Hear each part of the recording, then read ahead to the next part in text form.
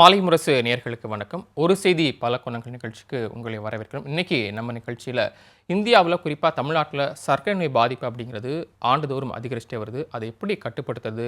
குறிப்பாக டாக்டர் சௌமியா சுவாமிநாதன் உள்ளிட்ட முக்கிய மருத்துவர்கள் அரசுக்கு இது தொடர்பான சில ஆலோசனைகளையும் வழங்கியிருக்காங்க. இது தொடர்பாக தான் இன்னைக்கு நம்ம நிகழ்ச்சியில் பேச போகிறோம். இது குறித்து பேசுவதற்காக நம்ம அரங்கத்திற்கு இன்னைக்கு சிறப்பு விருந்தினராக சமூக சமத்துவத்திற்கான மருத்துவர்கள் சங்கத்திலிருந்து அதன் பொதுச் செயலாளர் திரு டாக்டர் ரவீந்திரநாத் அவர்கள் இருந்திருக்காங்க. வணக்கம் சார். வணக்கம். டைம்ஸ் ஆஃப் இந்தியாவில் வந்திருக்க இந்த ஆய்வறிக்கை அப்படிங்கிறது 2023 ஐசிஎம்ஆர் இந்தியா டயபெட்டிக் அந்த ஆய்வறிக்கையை சுட்டி காமிச்சு தான் டாக்டர் சௌமியா சுவாமிநாதன் டாக்டர் மோகன் அவங்களும் குறிப்பிட்டு எழுதியிருக்காங்க. அதை பற்றி பேசுறதுக்கு முன்னாடி இந்த சர்க்கரை நோய் பாதிப்பு அப்படிங்கிறது ஆண்டுதோறும் ஏன் அதிகரிச்சிட்டே வருது, அதுக்கான காரணம் என்ன சார்? இல்லை, பல்வேறு காரணங்கள் உண்டு.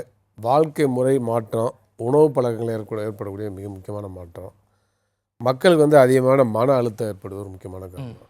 அதுக்கான இன்றைக்கு உள்ள சமூக பொருளாதார அமைப்பு, முதலாளித்துவ சமூக பொருளாதார அமைப்பு ஏராளமான ஸ்ட்ரெஸ்ஸை மக்கள் கொடுக்குது. எல்லா விதமான தேவைகளுமே அவங்களை நிறைவேற்ற கொள்ள வேண்டும் என்ற ஒரு கட்டாயத்தை உருவாக்குது. கடுமையான வேலையின்மை, அதே போலவே சுரண்டல் அதிகரிப்பு.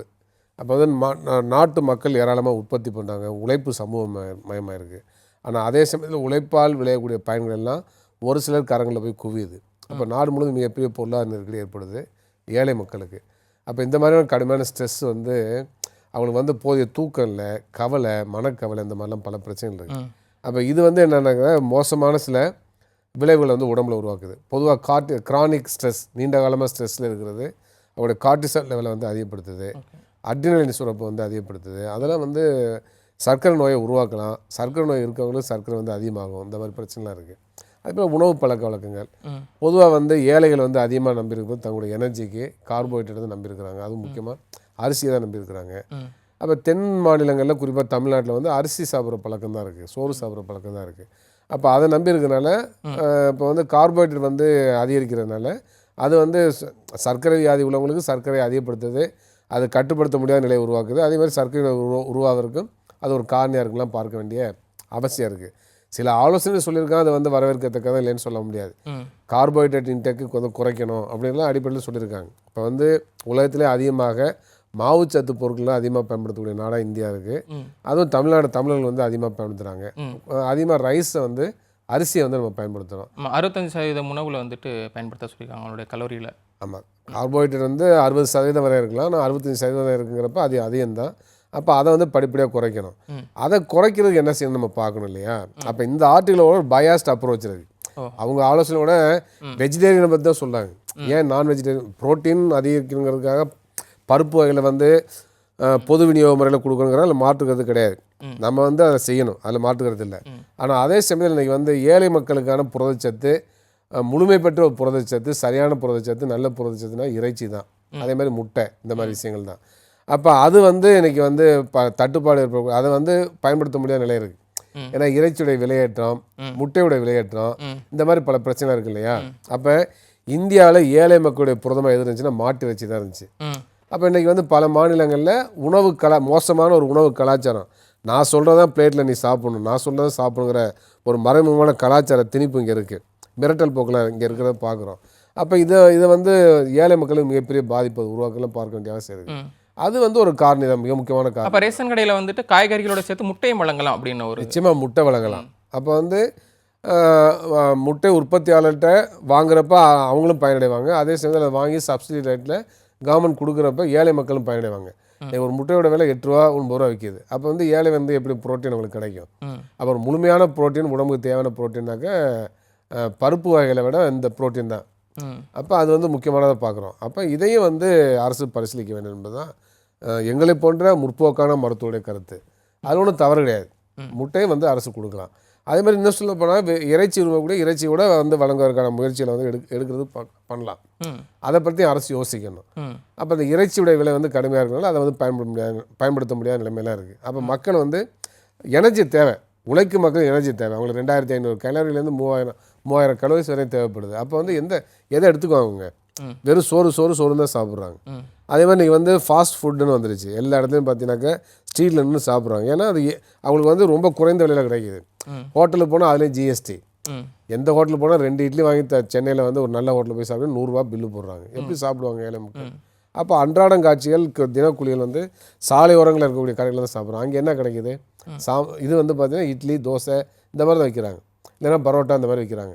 அதில் வந்து கூடுதலான ப்ரோட்டீன் இருக்கான பொருள் ப்ரோட்டீன் அதில் கிடையாது. அப்போ இதெல்லாம் ஒரு பெரிய பெரிய பிரச்சனையை உருவாக்குது. அதனால் ஏற்கனவே வந்து சென்ற ஆட்சி காலத்தில் அம்மா உணவுன்னு ஆரம்பிக்கப்பட்டது.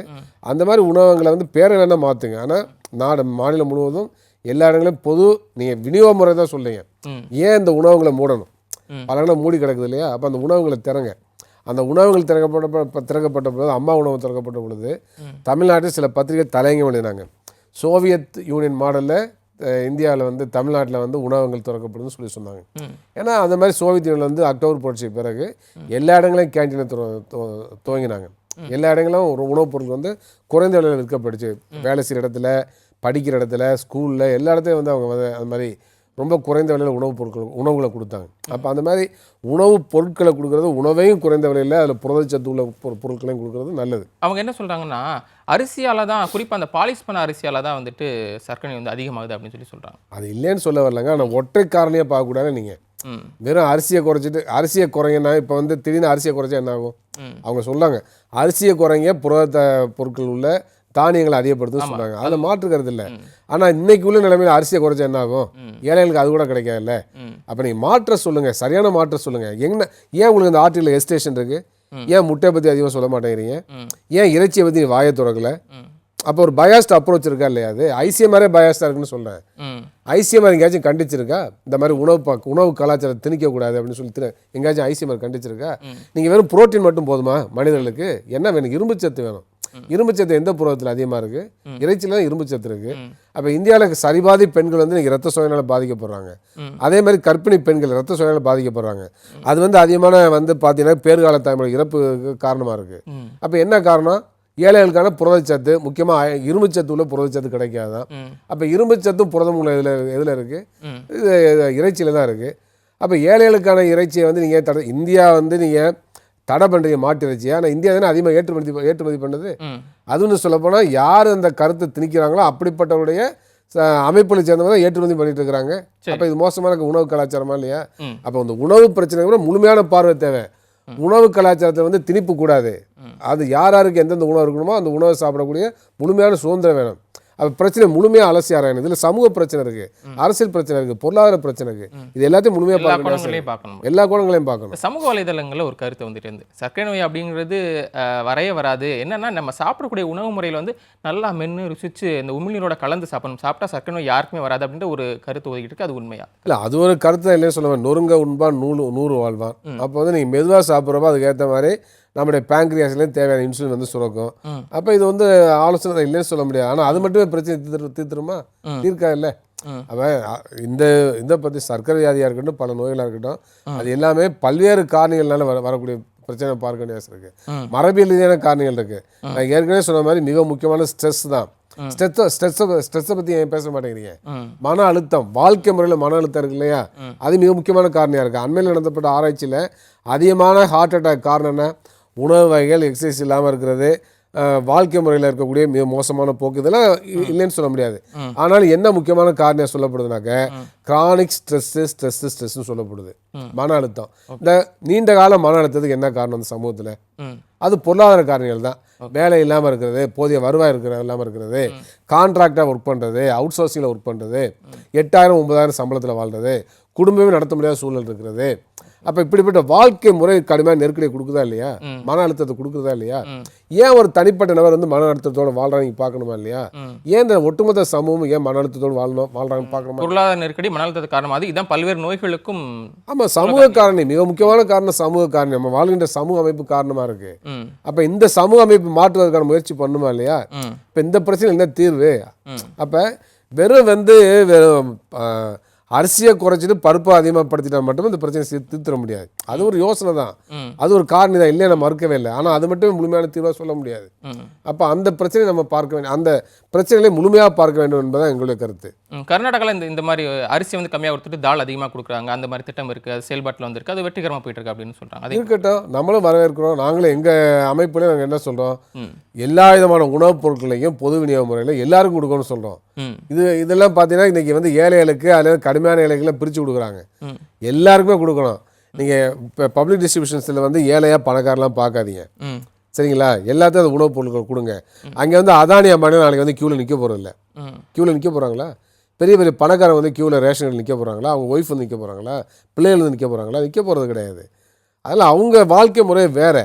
அப்போ அப்படி இருக்கிற பொழுது இந்த ரேஷன் கடையிலே கார்டுகளை வித்தியாசப்படுத்தி கொடுக்குறது, இதெல்லாம் வந்து நம்ம மாற்றிவிட்டு அனைவருக்குமான பொது விநியோக முறை கொண்டு வரணும். அப்போ அதையும் செய்ய வேண்டிய அவசியம் இருக்குது. நீண்ட காலமாக சொல்லலாம். ஏற்கனவே 2009 என்று கருதுகிறேன், சென்னையில் மிகப்பெரிய உணவு பாதுகாப்பு மாநாடே போட்டோம். அதில் ஏபி பாரதெல்லாம் கலந்துட்டாங்க. கலந்துக்கிறப்ப அனைவருக்கும் கொடுக்கறது நாங்கள் சொன்னோம். அனைவருக்கும் கொடுக்குறனால நான் எனக்கு பெரிய நாட்டுக்கு இழப்பு வந்துட போது. அப்போ அதெல்லாம் செய்யணுமா இல்லையா? அப்போ வந்து அனைத்து விதமான உணவுப் பொருட்களையும் அனைவருக்கும் பொது விநியோக முறையில் குறைந்த விலையில் கொடுக்கணும். இதனால பெரிய அளவுக்கு பொருளாதார பாதிப்பும் வந்துடாது. இன்னும் சொல்ல போனால் அரசாங்கமே நேரடியாக கொள்முதல் செய்கிறப்ப விவசாயிலேருந்து கூடுதலான விலையில் கொள்முதல் செய்யலாம். மினிமம் சப்போர்ட்டிவ் பிரைஸ் உங்களுக்கு கிடைக்கும். அதே மாதிரி வாங்குகிற உணவுப் பொருட்களை வந்து பொது விநியோக முறையில் கொடுக்கின்ற பொழுது அதை உண்ணக்கூடிய பயனாளர்களாக இருக்கக்கூடிய சாதாரண ஏழை எளிய மக்கள் பயனடைவாங்க. இடையில இடைத்தரகர்கள் வந்து ஒழிகிறாங்க. உலகம் முழுதும் பார்த்தீங்கன்னா பல விரல் விட்டு எண்ணக்கூடிய கார்ப்பரேட் நிறுவனங்கள் தான் உலகம் முழுவதும் உணவுப் பொருட்களை கட்டுப்படுத்துகிறாங்க. நீங்கள் சாதாரண வாழைப்பழத்தை எடுத்துங்க, அது பார்த்தீங்கன்னா 2 நிறுவனம் உலகத்தில் உள்ள 70% வாழைப்பழத்தை கட்டுப்படுத்துகிறாங்க. அரிசியை பார்த்தீங்கன்னா 80% அரிசியை வந்து 2 நிறுவனங்கள் 3 நிறுவனங்கள் கட்டுப்படுத்துகிறாங்க. அப்போ உணவுப் பொருட்களில் மிகப்பெரிய ஒரு கார்ப்பரேட் உடைய கொள்ளை லாபம் அதில் அடங்கியிருக்கு. அவங்களுடைய வர்த்தக சூதாட்டம் அதில் அடங்கியிருக்கு. இதெல்லாம் நம்ம பார்க்கணும். அப்போ வந்து உணவு பாதுகாப்பு ஒரு மிகப்பெரிய பிரச்சனை, மிகப்பெரிய சப்ஜெக்ட் அது. அப்போ இது மாதிரி வந்து இந்தியாவிலேயே நம்ம என்ன பண்ணுறோம், மார்க்கெட் வணிக சக்திகிட்ட வர்த்தக சக்தியை விட்டுறோம். அவங்க வந்து நேரடியாக கொள்முதல் பண்ணுறாங்க. ஃபுட் கார்பரேஷன் இந்தியா கொள்முதல் பண்ணுறத விட அவங்க தனியாக அதிகமாக பண்ணிட்டு இருக்கிறாங்க. அப்போ வந்து அதில் ஊக வணிகம் வந்துடுது. அப்போ இதெல்லாம் ஏற்கனவே கொண்டு வரப்பட்ட விவசாய சட்டம்லாம் உங்களுக்கு தெரியும். அது வந்து அதுக்கு வாய்ப்பளித்து அதை எடுத்த விவசாயிகளும் போகிறாங்க. அப்போ அந்த உணவு பாதுகாப்பு, அதே மாதிரி உணவு ரைட்டு, ரெண்டை வித்தியாசப்படுத்தி பார்க்க வேண்டிய அவசியம் இருக்குது. இது எல்லாமே ஒரு விவசாய பிரச்சனையாக பார்க்கணும். நீங்கள் விவசாய நிலங்களை வந்து பிளாட் போட்டு விற்கிறது, விவசாயத்தை வந்து புறக்கணிக்கிறது, விவசாயிகளை புறக்கணிக்கிறது உணவு பாதுகாப்பை பாதிக்கும். சாதாரண மனிதனுடைய உணவு செக்யூரிட்டி அது பாதிக்கும்.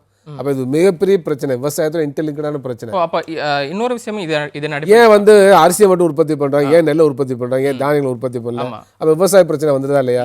அப்போ அந்த விவசாயிகள்ட்ட ஏன் அது அதிகமாக எது லாபம் அதிகமாக வருதோ அதெல்லாம் உற்பத்தி பண்ணுறாங்க. கரும்பு அதிகமாக உற்பத்தி பண்ணுறாங்க, ஏன் தானியங்களை உற்பத்தி பண்ணல? அப்போ இந்த அக்ரேரியன் கிரைசிஸா இல்லையா? மானியம் கொடுக்குறாங்க, நெல்லுக்கு மானியம் கொடுக்குறாங்க, அரசு மானியம் கொடுக்குறாங்க. இருக்கட்டும், அந்த மானியமே போல தானே. கரும்புக்கான மானியம், நெல்லுக்கான மானியம் போல நீங்கள் வந்து உணவு தானியங்களில் வந்து இன்னும் அதிகப்படுத்த வேண்டிய விஷயம் இருக்குது. ஏற்கனவே உற்பத்தி செலவோட கூடுதலாக 50% மேலே கொடுக்கணும்னு சொல்லி இருக்கு. அப்போ அதெல்லாம் வந்து இம்ப்ளிமெண்ட் பண்ண உள்ளிட்ட அந்த விவசாய தொழிலேருந்து விவசாயம் வெளியில் வர்றாங்க. விவசாய நிலங்களை பிளாட் போட்டு விற்கிறாங்க. விவசாயத்தை என்ன வானத்தை போய் விவசாயம் பண்ண முடியும், நிலத்துல தானே பண்ண முடியும். ஓகே சார், நம்ம தலைப்பில் இருந்து போகிறோம். எனக்கு இந்த சர்க்கரை இல்லை, அது உணவு சம்மந்தப்பட்டது தானே. ஆமாம், நிச்சயமா சார். இன்னொரு முக்கியமாக குறிப்பிடுறாங்க, கிராமப்புறங்களில் பெரும்பாலும் வந்து முந்தைய காலகட்டங்கள் அவங்களுக்கு உடல் உழைப்பு அதிகமாக இருக்கும். அதனால் அவங்க அரிசி சோறு சாப்பிட்டாலும் அவங்க சீக்கிரமாக செமிச்சிடும். அதனால் அவங்க நோய் நொடி இல்லாமல் வாழ்கிறாங்க அப்படின்னு சொல்லிட்டு இருந்தாங்க. இப்போ இந்த ஆய்வு என்ன சொல்லியிருக்காங்கன்னா, கிராமப்புறங்கள்லையும் முந்தைய நிலைமை காட்டிலும் கிராமப்புறங்களில் சர்க்கரை பாதிப்பு அதிகரிச்சிட்டே வருதுன்னு சொல்கிறாங்க. அதாவது உடல் உழைப்புனால வரல அப்படின்னாக்க மனிதன் வந்து கடுமையான உடல் உழைப்பு செய்யணுமா? இது வந்து ஒரு மோசமான போக்கு இது. அதாவது சில அமைப்புகள் என்னன்னாக்க, உங்களுக்கு ஆரோக்கியமான குழந்தை பிறக்க வேண்டுமா, அதே மாதிரி பிரசவ சுகமாக பிறக்க வேண்டுமா, கம்பராமாயணத்தை படிங்க அப்படின்னு சொல்கிறாங்க. அதே மாதிரி பார்த்தீங்கன்னாக்க பழைய முறையில் ஆட்டுகளை வச்சு ஆட்டுங்க, அம்மிக்கலை வச்சுங்க, இதெல்லாம் வந்து இன்றைக்கி போதிக்கப்படுது. அப்போ இது தீர்வு இல்லை. அப்போ பெண்கள் மேலே சுமையை நீங்கள் திணிக்கிறீங்க, அவங்கள வீட்டில் முடக்கிறீங்க, திரும்ப வந்து நம்ம கடுமையான மிக மோசமான உழைப்பை வந்து அவங்க மேலே திணிக்கிறீங்க. உடல் உழைப்பு வேணும், அதில் மாற்றுறது கிடையாது. ஆனால் பழைய முறைக்கு போகணுங்கிறதுக்கு பார்த்தீங்களா, அது பிற்போக்குத்தனமாக ஏற்றுக்கொள்ள முடியாது. அப்போ வந்து இன்னைக்கு எக்ஸசைஸ் பண்ணுறதுக்கான வாய்ப்புகளை கொடுங்க. எவ்வளோ ப்ளே கிரவுண்ட்ஸ் இருக்குது, எவ்வளோ வந்து நீங்கள் அரசாங்கமே எவ்வளோ இடங்களில் வந்து ஜிம் உருவாக்கி கொடுத்துருக்கீங்க. இதெல்லாம் ஒரு கேள்வியாக. நான் வந்து மாநில அரசு மட்டும் சொல்ல, மத்திய அரசும் பங்கு இருக்கு இல்லையா? வேலை செய்ய இடங்களில் எக்ஸசைஸ் பண்ணுறதுக்கு வாய்ப்பு கொடுங்க. ஸ்கூலில் எக்ஸசைஸ் பண்ணுறதுக்கான டீச்சர்ஸை போடுங்க, டீச் பண்ணுறதுக்கு எல்லாம் காலி இடங்களாக இருக்குது. அதே மாதிரி சமூகத்தில் வந்து அதை ப்ரொமோட் பண்ணுங்கள். குழந்தைகள் மத்தியில் உடல் பயிற்சிங்கிறத அவசியப்படுத்துங்க. அதை வந்து அந்த கருத்தை விழிப்புணர்வாக கொண்டு வாங்க. இதெல்லாம் தானே அவசியம் அது. அப்போ யோகாக்காக கோடிக்கணக்காக செலவு பண்ணுறீங்க, எக்ஸசைஸுக்காக செலவு பண்ண மாட்டேங்கிறீங்க. யோகா மட்டுமே பிரச்சனை தீர்த்துருமா? அப்போ ஒரு முழுமையான பார்வை தேவை, சரியான பார்வை தேவை. இன்னைக்கு உள்ள சமூக அமைப்பில் பல கருத்துக்கள் பிற்போக்காக திணிக்கப்படுது அப்படிங்கிறத பார்க்க வேண்டிய அவசியம் இருக்குது. அதே மாதிரி இயற்கையோடு இயைந்து வாழுங்க. இயற்கையோடு இயைந்து மனிதன் வாழ முடியாது, இயற்கையை மாற்றி தான் மனிதன் வாழ முடியும். அப்போ இந்த மாதிரி பிரச்சனைகள்லாம் நம்ம வந்து ஒரு சித்தாந்த ரீதியான பிரச்சனை, மிகப்பெரிய தத்துவ பிரச்சனை அது. அதனால் உணவு பிரச்சனைங்கிறது ஏராளமான பிரச்சனை இருக்குது. ஒரு முழுமையான பார்வை தேவை, முற்போக்கான பார்வை தேவை. அந்த அடிப்படையில் ஒன்றிய அரசு மாநில அரசு அணுகணும். அதேபோல் ஒன்றிய அரசு உணவு கலாச்சாரத்தில் தலையிடக்கூடாது என்பதுதான் என்னுடைய கருத்து. நல்ல சார், நிகழ்ச்சியில் பங்கேற்கொண்டு பல்வேறு விஷயங்களை பகிர்ந்துட்டீங்க. நன்றி சார். நன்றி, வணக்கம். நேயர்களே, மற்றும் ஒரு நிகழ்ச்சியில் சந்திக்கலாம். நன்றி, வணக்கம்.